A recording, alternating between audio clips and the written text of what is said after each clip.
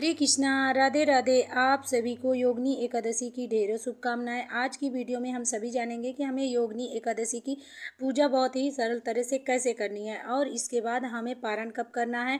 इस बार योगिनी एकादशी का व्रत 2 दिन किया जाएगा, 11 जुलाई को या 11 जुलाई को या 10 जुलाई को। तो देखिए, साल 2026 में आषाढ़ माह की कृष्ण पक्ष की योगिनी एकादशी 10 जुलाई को पड़ रही है। दिन है शुक्रवार, उसी दिन व्रत रखा जाएगा। तो यहाँ सभी भक्तों की सभी तरह की प्रकार की समस्याओं से मुक्ति पाने के लिए, पापों को से मुक्ति पाने के लिए हमें इस व्रत को जरूर से करना चाहिए, उत्तम स्वास्थ्य के लिए और मोक्ष की प्राप्ति के लिए। तो देखिए, एकादशी के दिन आप सुबह सुबह जल्दी उठकर स्नान आदि करके सभी कार्यों से निवृत्त होकर आप स्वच्छ वस्त्र धारण कर लीजिए। इसके बाद आप अगर से वहीं बाहर से अलग से चौकी लगाते हैं तो अलग से चौकी लगा लीजिए, नहीं तो आप अपने घर के मंदिर में भी इसी तरह से पूजन कर सकते हैं। आपने लड्डू गोपाल जी की सेवा की है तो इस दिन आप उनको गंधोदक स्नान जरूर से करिए। गंधोदक मतलब होता है जैसे जब चंदन का घोलकर हम स्नान कराते हैं लड्डू गोपाल जी को। आपके पास हरि विष्णु की प्रतिमा है तो आप उनको भी स्नान कराएं। इसके बाद आपने जैसे स्नान करा दिया, इसके बाद हमें वस्त्र पहनाना है। आपके पास फोटो या प्रतिमा है तो आप उनको मौली या धागा आप पहना सकते हैं। तो इसके बाद हमें चौकी लगानी है। चौकी पर हमें पीले, लाल, गुलाबी कलर के कोई भी कलर का आप वस्त्र बिछा लीजिए। इसके बाद योगिनी एकादशी के दिन हरि विष्णु और लक्ष्मी माता की ही पूजा की जाती है। तो आपके पास जो भी प्रतिमा या फोटो जो हो आप वो रख लें। इसके बाद हमें आप आसन दे दीजिए। आप तिल का आसन दीजिए या फूलों का, क्योंकि इस दिन हमें चावल का आसन नहीं देना होता। एकादशी में चावल का प्रयोग नहीं किया जाता। इसके बाद हम दीपक को ही साक्षी मानकर हम दीपक प्रज्वलित कर देंगे। और आपने लड्डू गोपाल जी की सेवा ली है तो उनको भी यहीं पर विराजमान कर दीजिए। कपड़े अच्छे से वस्त्र पहना के आपने इस दिन गौ माता की हमें पूजा जरूर से करनी है।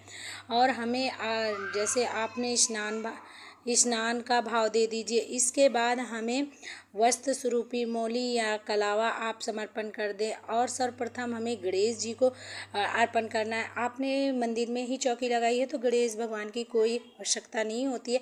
आपने अलग से चौकी लगाई है तो आप गणेश जी को जरूर से विराजमान करें। प्रतिमा फोटो है तो उनको, नहीं तो आप सुपारी से भी गणेश जी बना सकते हैं। आप इसके बाद जनेऊ समर्पण करें। और इसके बाद हमें शुद्ध देसी घी का दीपक एक प्रज्वलित करना है। दीपक प्रज्वलित करने के बाद हमें दीपक को ही साक्षी मानकर हाथ जोड़कर अपने हाथों में तिल लेकर हमें हरि विष्णु से प्रार्थना करनी है। हे हरि विष्णु, हमें आपकी योगिनी एकादशी की बहुत ही सरल पूजा कर रहे हैं, आप इनको स्वीकार करें।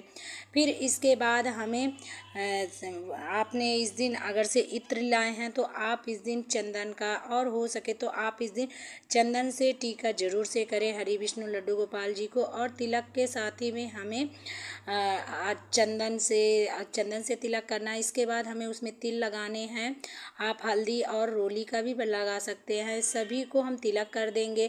गणेश जी को भी हम तिलक कर देंगे। इसके बाद हमें हरि विष्णु को भी तिलक करना है। लड्डू गोपाल जी को हमने रखा, उनको तिलक कर देंगे। तिलक करने के बाद हम पुष्प अर्पण कर देंगे। पुष्प अर्पण करें। इस दिन हो सके तो आप पीले पुष्प अत्यंत प्रिय होते हैं हरि विष्णु के, तो आपको पीले पुष्प मिल जाते हैं तो पीले पुष्प आप अर्पण कर दें, नहीं तो आप कोई भी कलर के पुष्प चढ़ा सकते हैं।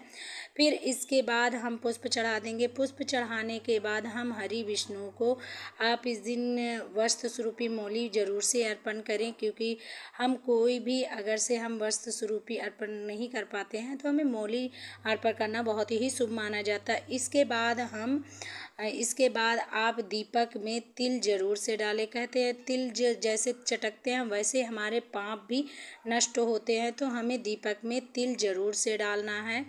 और इसके बाद हमने जो घर में भोग मिठाई आपने इस दिन हो सके तो आप जैसे पीले लड्डू हैं या आपने खीर है, आप जो भी भोग प्रसाद आप अपने घर पर बनाए हैं, हो सके तो आप पंजीरी भी बना सकते हैं, नहीं तो आप चने की दाल शाम को फुला दें, उसमें आप गुड़ मिलाकर भी भोग लगा सकते हैं, क्योंकि इस महीने में गुड़ का बहुत ही विशेष महत्व होता है। तो हम भोग लगा देंगे।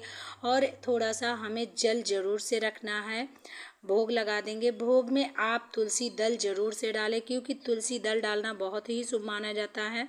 और तुलसी दल हमें एकादशी के एक दिन पहले तोड़ना होता है। एकादशी के दिन हम तुलसी नहीं तोड़ते हैं, ना ही हमें उनमें जल चढ़ाते हैं, हम सिर्फ दूर से ही पूजन कर लेते हैं एकादशी के दिन। और इस दिन आप शाम को पूजा जरूर से करें, तुलसी पर दीपक जरूर से जलाएं और आप फलों का भोग लगा दें। तो फल में आप कोई भी ऋतु फल का भोग लगा सकते हैं, जैसे इस टाइम पे आम है आते हैं, या आप नहीं तो कोई भी आपके पास फल है तो आप वो उसका भोग लगा दें। और तो भोग लगाने के बाद हम योगिनी एकादशी की हमें कथा भी सुनी है, तो आप हो सके तो आप मोबाइल पर या आप ऐसे भी कथा सुन सकते हैं। पर हम व्रत करते हैं तो हमें कथा सुनना बहुत ही शुभ माना जाता है, तो हम कथा सुन लेंगे। अपने हाथों में हम थोड़े से तिल और पुष्प लेकर हम एकादशी की कथा सुन लेंगे, योगिनी एकादशी की, क्योंकि कथा सुनना और सुनाने से ही हमारे सभी कष्ट दूर हो जाते हैं। हरि विष्णु की हम परम भक्त भी माने जाते हैं, क्योंकि कथाओं के अनुसार ही हमें सभी एकादशियों का प्रारंभ शुरू होने से पहले ही हमें एकादशी के सारी कथाएं जैसे आपके पास पुस्तक है तो आप पुस्तक से पढ़ लें। और एकादशी के दिन हम सभी को कथा जरूर से करनी है। इसके बाद हमें कथा करने के बाद हम अपने हाथों में जो पुष्प फूल लिए हैं वो हरि विष्णु के हम चरणों में ही छोड़ देंगे, थोड़ा से हम चरणों में छोड़ देंगे। इसके बाद हरि विष्णु से हम अपनी मनोकामना पूर्ति के लिए हम प्रार्थना करेंगे। अब हम बड़े ही श्रद्धा भाव पूर्वक से हम आरती करेंगे। सर्वप्रथम हमें गणेश जी की आरती करनी है। गणेश जी की आरती करने के बाद हम इस दिन हो सके तो आप तुलसी के लकड़ी की हो सके तो आप बत्ती बनाकर आप आरती करें, क्योंकि तुलसी के लकड़ी से हम आरती करते हैं तो हरि विष्णु अत्यंत प्रसन्न हो जाते हैं।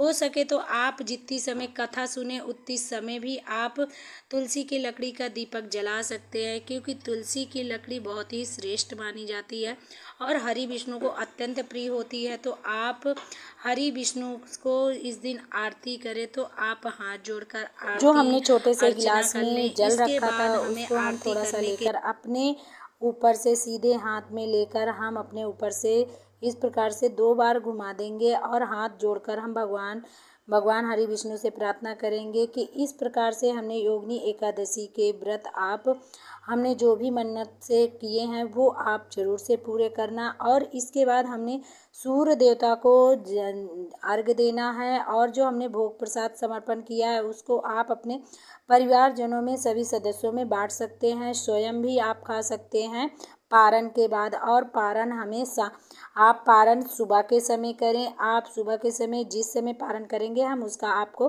कितनी समय हम पारण करना है वो हम बता देंगे। इसके बाद इस तरह से हमारी योगिनी एकादशी की सरल सी पूजा विधि आपकी संपन्न हो जाएगी। और संपन्न होने के बाद आप को हमारी योगिनी एकादशी की पूजा विधि कैसी लगी, आपकी एक लाइक से सपोर्ट से हमें बहुत ही हिम्मत मिलती है वीडियो बनाने के लिए। तो आप सभी लोग एक बार कमेंट करके ज़रूर से बताना।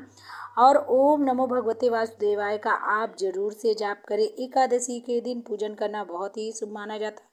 तो बोले ओम और नमो भगवते एकादशी के दिन सुख वासुदेवाय नमः। समृद्धि हरे के लिए कृष्णा, हम सभी को हरि राधे विष्णु की और माता लक्ष्मी का पूजन जरूर से करना चाहिए।